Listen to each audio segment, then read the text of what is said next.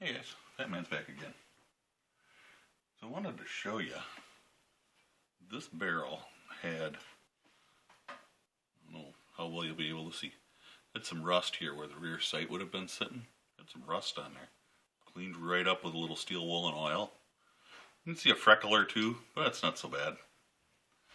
Also, the bottom of the barrel, where the magazine tube went, also had some issues with the rust there, and it cleaned up great, so I have no complaints. The magazine tube, however, was a bit of a different story. There was quite a lot of rust on it, and some pretty good pitting. And now,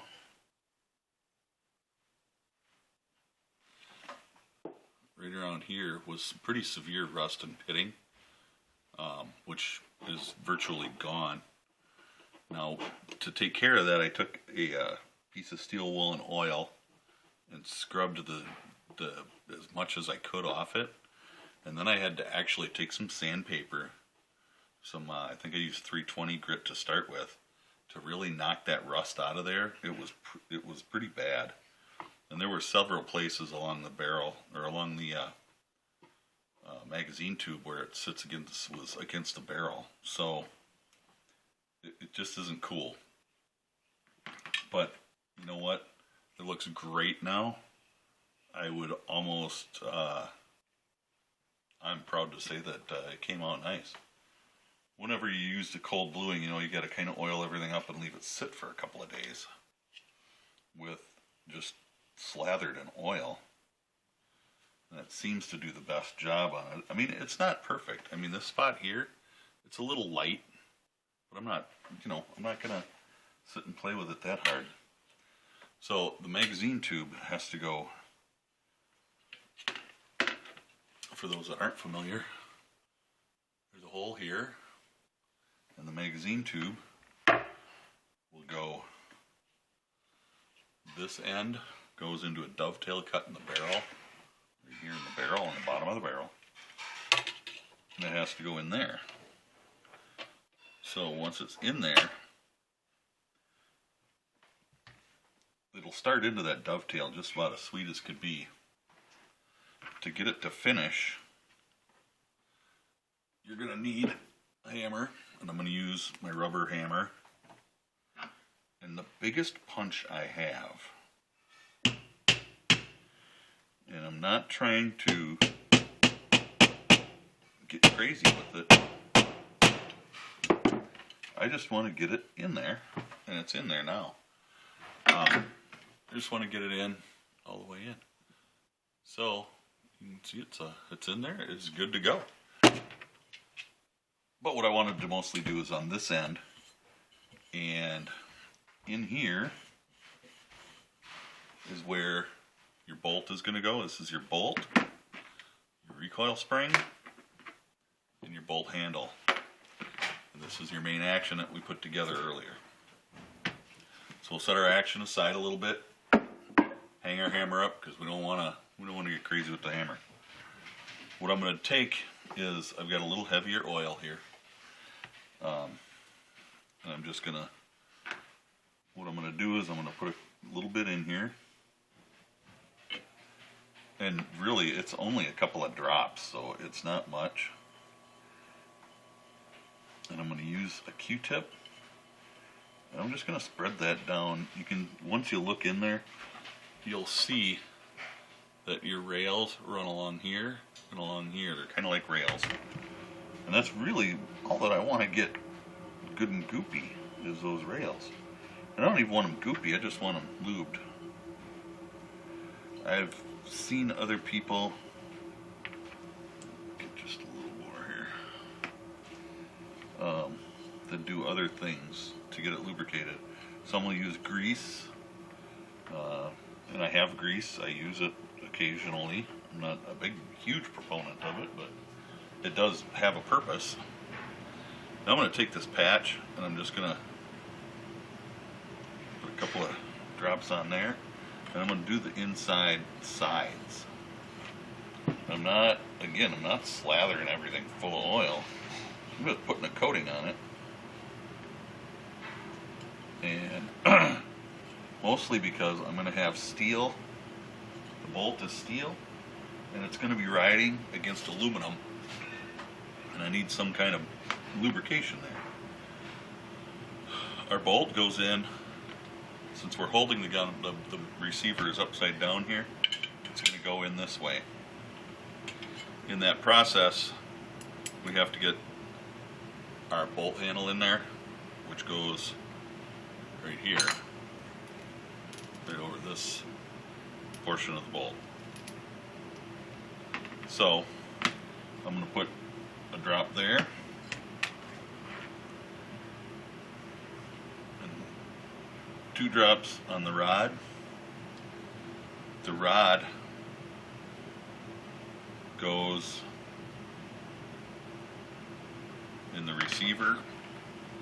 There's a spot, see if I can do this without breaking a bulb, right here where the tail end of that rod's going to go. At the same time, it goes in the bolt. So all of this has to come together as one nifty, cool little package. You don't want to get the spring all out of whack. You want to be quite careful with it.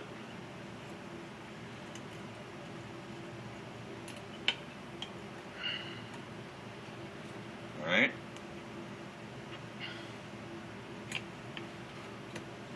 Now when you're almost all the way in, take your bolt handle, slip that in there, just pull it back a little bit.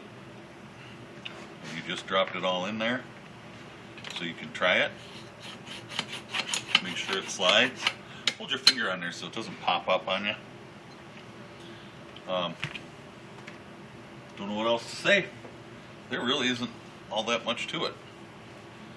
Now, this action looks actually quite nice. And I imagine if I tried a little harder, I could probably clean it up pretty good.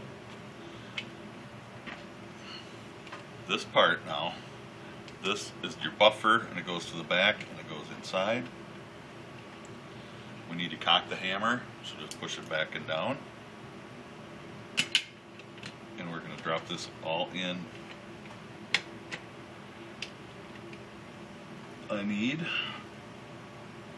2 front screws.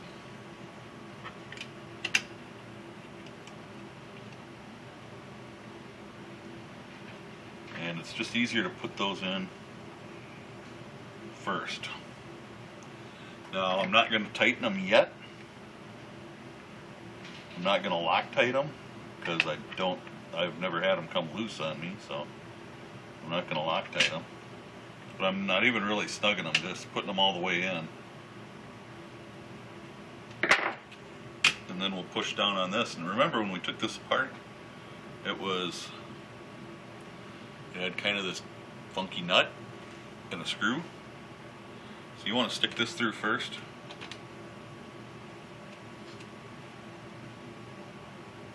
Make sure you're lined up, and she'll slide right through. Put your screw in.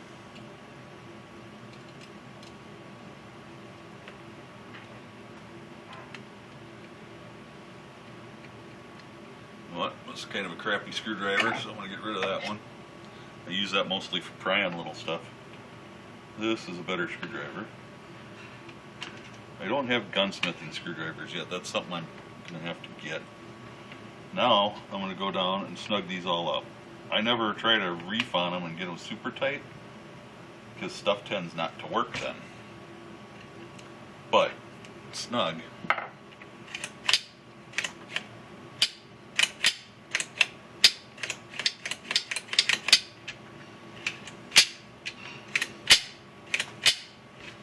Alright. I am going to, however, go right through here. I'm putting a drop on the sear, drop on my hammer, and some of these pivot points, but I'm quite literally, it is drops.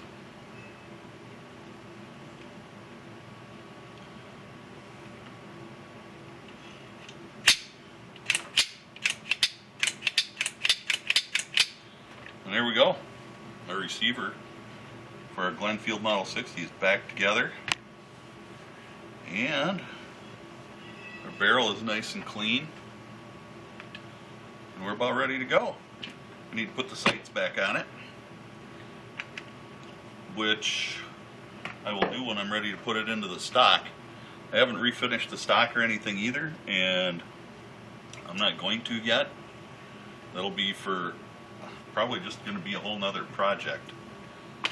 So, with that being said, God bless, stay safe, and we'll catch you next time around when we get ready to put this back in the stock and hopefully take it to the range this weekend. It's kind of chilly here in Minnesota, but it's supposed to be getting up into the 20s anyway. So we'll hit the range, run a few rounds through it, see how it does. Hopefully everything will function just fine and I won't have to worry about it. So, get back with you in the next video. Stay safe and God bless.